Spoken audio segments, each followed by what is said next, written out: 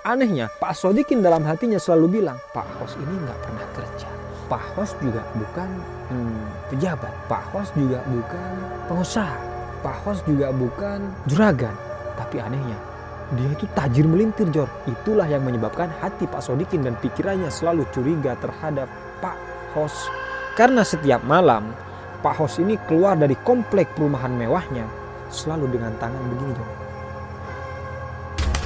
Tambah penasaranlah si Pak Sodikin ini sama pekerjaan Pak Hos. Karena setiap malam Pak Hos ini selalu keluar dengan tangan yang di belakang. Ayo, kalian semua udah pasti mikir yang aneh-aneh, iya kan John? Oke, kita lanjut sekarang ceritanya.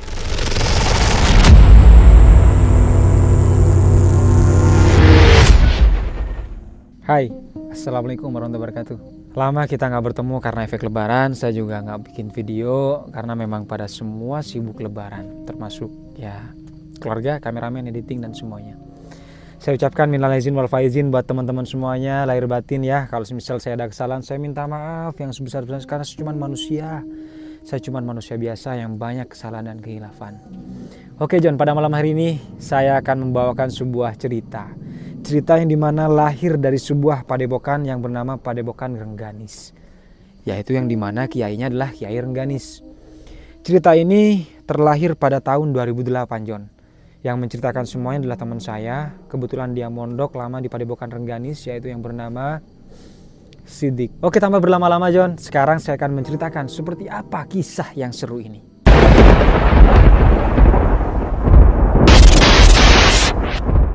Berawal dari Pak Sodikin, di mana ada di suatu kampung, di suatu desa yang bernama Pak Sodikin. Pak Sodikin ini adalah orang-orang yang sangat miskin John. Orang yang dimana sangat-sangat mau dibilang miskin 10 kali lipat dari miskin. Dia saja untuk mencari makan, dia harus ke tempat sampah. Bayangkan, Pak Sodikin punya seorang anak 3. Semuanya makan serba kesusahan. Tapi di kampung itu John, ada yang bernama Pak Hos. Pak Hos ini orang yang paling sangat kaya dan sangat tajir di kampung itu John. Pak Sodikin saja yang orang notabene orang tidak mampu, dia sampai terheran-heran melihat kekayaannya Pak Hos ini. Ya entah apa yang dikerjakan sama Pak Hos ini John. Entah apa pekerjaan dia. Anehnya Pak Sodikin dalam hatinya selalu bilang, Pak Hos ini nggak pernah kerja. Pak Hos juga bukan pejabat. Pak Hos juga bukan pengusaha. Pak Hos juga bukan juragan. Tapi anehnya, dia itu tajir melintir Jor. Itulah yang menyebabkan hati Pak Sodikin dan pikirannya selalu curiga terhadap Pak Hos. Karena setiap malam Pak Hos ini keluar dari komplek perumahan mewahnya selalu dengan tangan begini Jor. Tambah penasaranlah si Pak Sodikin ini sama pekerjaan Pak Hos. Karena setiap malam Pak Hos ini selalu keluar dengan tangan yang di belakang. Ayo, kalian semua pasti udah mikir yang negatif. Kalian semua udah pasti mikir yang aneh-aneh, iya kan John? Oke, kita lanjut sekarang ceritanya.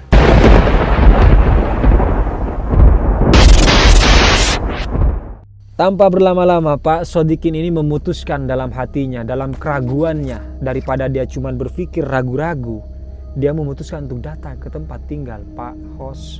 Yang dimana Pak Hos ini tinggal di perumahan elit, perumahan klaster, perumahan yang dimana rumah itu memang harganya miliaran rupiah. Tapi Pak Sodikin tetap mentekadkan hatinya untuk menemui Pak Hos. Jalanlah dia ke rumah Pak Hos. Lalu sampai di pintu satpam, di pintu gerbang di mana perumahan mewah pasti ada satpam dan CCTV yang selalu mengawasinya. Tanpa banyak basa-basi, si satpam langsung bertanya sama Pak Sodikin, "Selamat malam Bapak." "Malam," katanya Pak Sodikin. "Ada kepentingan apa dan mau cari seperti apa?" "Saya mau bertemu dengan Pak Hos." Curigalah si satpam ini. Karena kenapa? Masa seorang saudagar, seorang kaya raya seperti Pak Hos ada orang yang mau bertemu yaitu namanya Pak Sodikin dengan seperti ini. Curiga si satpam itu. Si satpam itu curiga karena takutnya Pak Sodikin mau merampok atau mau membuat suatu yang perbuatan kriminal di rumahnya Pak Hos. Diusirlah sama Pak Satpam Pak Sodikin ini. Pulanglah dengan sedih. Aduh, kok begini ya nasib seseorang orang miskin. Nasib orang miskin yang selalu ditindas, masa mau bertamu ke rumah orang kaya, padahal saya kenal sama Pak Hos, kok saya diusir. Tambah mirislah nasibnya, berpikiranlah kemana-mana dia, kacau. Singkat cerita, mobil mewah datang. Bukan Pajero lagi John yang datang, tapi melainkan mobil Land Cruiser diiringi oleh mobil Lexus. Tahu kan harganya Land Cruiser berapa? Pajaknya aja 70 jutaan John.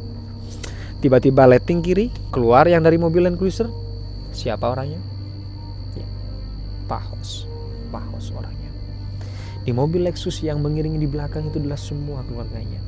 Istri barunya, semuanya dia punya. Termasuk belanjaannya. Bayangkan dia beli beras untuk kebutuhan hidupnya selama 1 bulan, yaitu sekitar 50 sampai 1 kintal, dimuat pakai Lexus, bukan pakai pickup. Kaya nggak tuh Pak Hos? Hah? Kaya banget. Makanya Pak Sodikin sampai mohon ngendap-ngendap saliman dia, padahal Pak Hos temannya. Karena Pak Hos masih ingat dengan Sodikin, yaitu temannya, digendong lah dia, dirangkul lah dia. Mau kemana kamu? Saya mau ke rumah kamu, cuma diusir sama satpam. Ya udah, ayo masuk. Masuklah Pak Sodikin ke rumahnya si Pak Hos. Tapi belum masuk ke rumahnya, masih masuk ke mobilnya. Jalanlah ke rumahnya. Ketika sampai di perjalanan, melihat dinding langit Land Cruiser, Toyota Land Cruiser, kaget, ada supirnya. Tahu nggak mobilnya? Mobilnya tinggal pencet, dia udah baca sensor, jalan sendiri, supirnya malah tidur. Semakin melihat kekayaannya Pak Hos, semakin Sodikin hilang rasa syukurnya, semakin hilang rasa tenangnya, semakin hilang rasa-rasa untuk mencari akhiratnya. Karena dunia itu cuma mencari akhirat John. Ketika orang mencari akhirat, maka dunia akan mengikuti. Pak Sodikin udah buta tentang akhiratnya, Pak Sodikin udah buta tentang surganya. Tapi yang dia lihat sekarang adalah dunianya. Ketika dia melihat Pak Hos, semakin silau matanya. Mobilnya aja super canggih.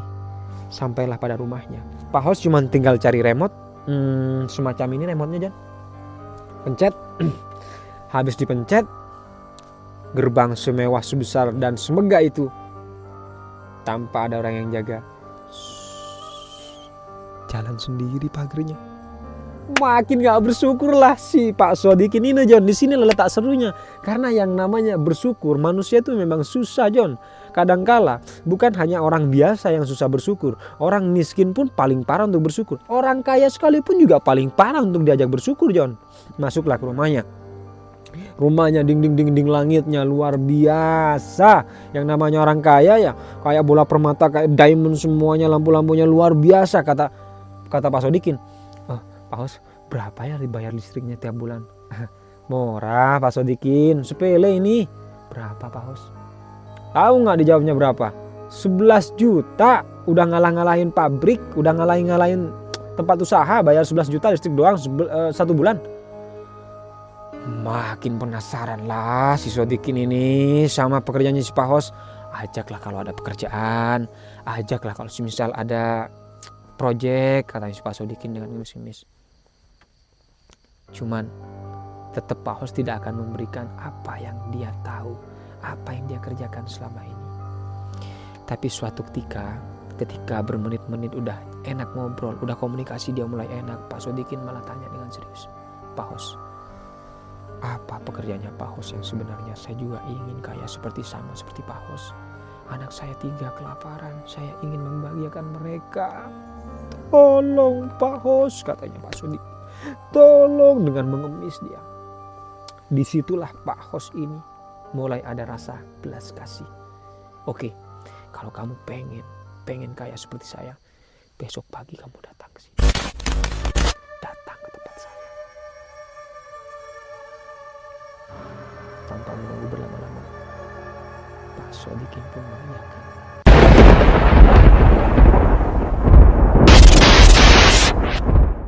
Besok paginya John, Pak Sodikin udah masuk lagi. Si satpam udah gak berani negur karena Pak Hos sudah bilang, hey, itu teman saya.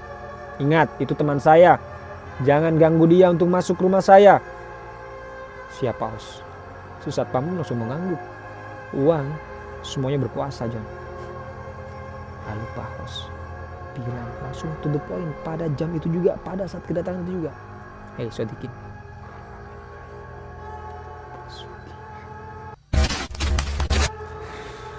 mikirlah si Sodikin. antara ya dan tidak, bingung dia. Dia kalau nggak melakukan suatu hal ini, karena yang namanya setan ini akan mengganggu atau masuk ke dalam hati manusia. Kalau manusia sudah hilang syukurnya, kalau sudah hilang imannya, maka setan akan masuk dengan mudahnya. Karena memang setan pernah berkata, saya lupa berkata sama siapa, yaitu yang paling jelas ya yang bisa bicara dengan setan. Gimana kamu caranya untuk masuk dengan mudah mengganggu manusia? Saya akan mencari manusia-manusia yang sudah hilang rasa syukurnya. Saya dengan mudah masuk ke dalam hati manusia ketika manusia sudah mulai dengan kesombongannya.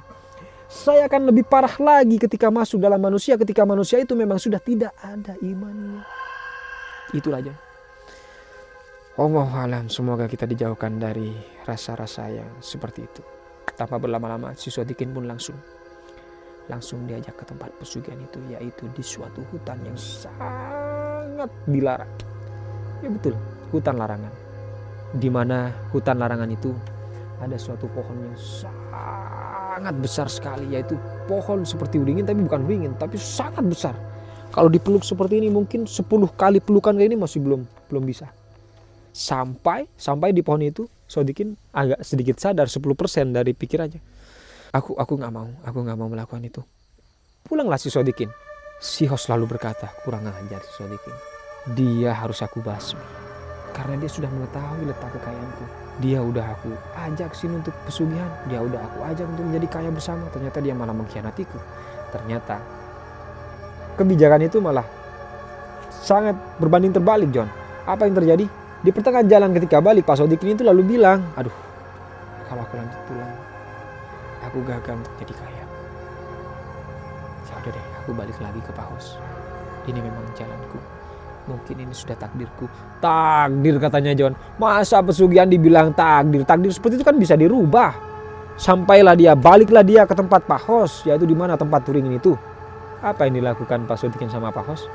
Tertawa dia. Tertawa bersama-sama. Belum kaya juga si Sodikin ini langsung tertawa. Sama saja dengan Korun dan Fir'aun. Ya begitulah kalau lihat harta. Ya? Langsung dia. Kalau kamu pengen kaya, jawab jinnya, ngomong jinnya. Kamu harus rela tumbalkan orang-orang yang kamu sayang. Kamu harus setiap tahun kasih saya tumbal katanya. Yang namanya orang khilaf mata, udah panas mata, mengiyakanlah si Sodikin ini John. Pulanglah dia. Pulang. Gak kerja lagi sama si Pak Hos. Sama aja John. Sama aja kayak si Sodikin sama Hos ini udah sama. Udah satu golongan dia. Udah kaya dia 1 bulan kemudian ya. Udah kaya dia bener. Yang awalnya punya Land Cruiser cuman Pak Hos, sekarang dia juga punya Lexus, malah punya Alphard, punya Pajero, punya Lamborghini, suka ngoleksi mobil dia. Aduh, bener-bener kaya, super kaya. Tapi pada saatnya ya, ini hampir mau selesai nih ceritanya, hampir mau selesai nih. Si Pak Hos udah kebingungan mau cari tumbal nih. Ini nih letaknya nih, Pak Hos nih kebingungan cari tumbal nih, karena tumbalnya udah mati semua. Ini setiap tahun istrinya, anaknya, semuanya udah gak ada yang mau ditumbalin lagi. Ada anaknya satu, si Pak Hos ini. Kemana? Kuliah di luar negeri, di Amsterdam sana, di Belanda. Jadi gak bisa ditumbalin, karena kan harus minum apa tuh, minum darah kayak harusnya. Nah, jadi mau gak mau siapa yang aku buat tumbal ya, katanya si Pak Hos. Aku punya ide nih. Kenapa gak si Sodikin aja aku tumbalin katanya. Diadakanlah pesta itu di istana yang mewah megah di klaster yang saya bilang tadi itu. Pesta lah di sana, ada miras, ada LC goyang-goyang ya gini-gini semuanya John. Aduh, asa rehe dia udah mabuk udah tanpa disadari, darah udah mulai dicampur, semuanya udah di whisky udah macem-macem udah diminum lah sama si Sodikin. Jinnya muncul. Apa kata si jinnya? Seandainya jin kalau bisa bicara, hey host. Ini kan Sodikin partner kamu, saya kamu, sama-sama pesugihan, sama-sama memberikan tumbal sama aku. Kok kamu rela menumbalkan temanmu katanya? Hei Bang Jin, aku udah gak ada lagi yang mau ditumbalkan. Daripada Bang Jin makan aku, lebih baik ku korbankan temanku. Ketawalah si Jin itu. Si Jin tambah suka kalau orang itu manusia itu licik, munafik. Kesukaan si Jin. Kamu cocok jadi budak saya, cocok kau katanya si Jin. Ketawa bahagialah si Jin, namanya orang munafik, orang bullshit. Si Jin ditawari begitu, ditawari licik, ya ketawa dia. Oke lah kalau begitu katanya si Jin. Tanpa berlama-lama John, ini minumlah, pulanglah si Pak Sodikin ini sampai rumahnya. Koit, udah hilang harta dunianya, selesai John. Cuman ya dunia itu cuman sementara John. Dunia itu cuman hanya apa ya, mau dibilang cuma numpang lewat, iya itu dunia Kak. Makanya orang kadang berlomba-lomba mencari dunia tanpa ingat apa yang harus dicari untuk bekal amal hidupnya ketika udah mati gitu loh. Amal udah nggak ada, investasi akhirat udah nggak ada, surga nggak ada, ini malah investasi neraka. Senanglah si jin itu. Selesai, baliklah 1 tahun lagi nih John ya. Tumbal lagi, gak habis lagi nih Pak Hos. Bingung lagi dia, anaknya malah meninggal bukan ditumbalin, memang meninggal takdirnya di Amsterdam sana. Ya, ini udah tahun lagi, tahun 2011an udah. Ya udah, cuman berapa tahun lah dia kaya. Larilah dia terbirit-birit kemana-mana, dikejar sama si jin itu. Bingung dia, mau bilang Bismillahirrahmanirrahim aja dia bingung katanya. Nggak bisa dia, dikejar kemana-mana. Sampai pada suatu ketika di jalan dia udah mulai bokok, ditebang, udah jatuh udah di pinggir jalan. Mobilnya udah yang mahal itu Land Cruiser udah kecelakaan, airbag udah keluar, jinnya udah mulai mau masuk. Datanglah si Kiai Rengganis ini John. Dia mau menolong. Ya namanya Kiai pasti mempan lah melawan jin. Cuman yang namanya takdir kan ini baru namanya takdir. Udah terlambat. Apa? Si Pak Hos ini cuma bisa cerita asal usulnya terhadap semua yang terjadi terhadap Kiai Rengganis. Ketika baru selesai cerita terhadap Kiai Rengganis, bukan mati karena disambar jinnya si Pak Hos, tapi melainkan mati karena kecelakaan, terbirit-birit karena hampir ditumbalkan sama jinnya. Makanya Kiai Rengganis menceritakan semuanya cerita ini terhadap murid-muridnya. Apa kesimpulan dari cerita ini John? Jangan pernah bersekutu, jangan pernah menduakan Tuhan. Jangan pernah kamu mengkhianati apalagi memusyrikkan agamamu. Wallahu a'lam. Semoga ya almarhumah Pak Sodikin sama Pak Hos ini diampuni dosa-dosanya. Meskipun orang yang musyrik, orang yang menduakan Tuhan itu sangat berat hukumannya John. Makanya buat kalian semuanya, pesan saya, kejarlah dunia sewajarnya saja. Kalau memang takdir kita miskin, ya udah kita miskin aja. Kalau takdir kita memang kaya, mau kerja bagaimanapun kita akan pasti kaya John. Kita boleh kita boleh bersikeras, usaha, kita melawan takdir, tapi dengan cara yang halal. Jangan seperti cara Pak Sodikin sama Pak Hos. Oke John, kalau kalian suka dengan cerita-cerita seperti ini, jangan lupa klik follow atau kalian like, share, komen. Dan jangan lupa kalian bagikan di story-story WhatsApp atau media-media platform kalian semuanya ya. Saya Fajar Ahmad, saya undur diri. Wabillahi taufiq wal hidayah. Wassalamualaikum warahmatullahi wabarakatuh. See you next video.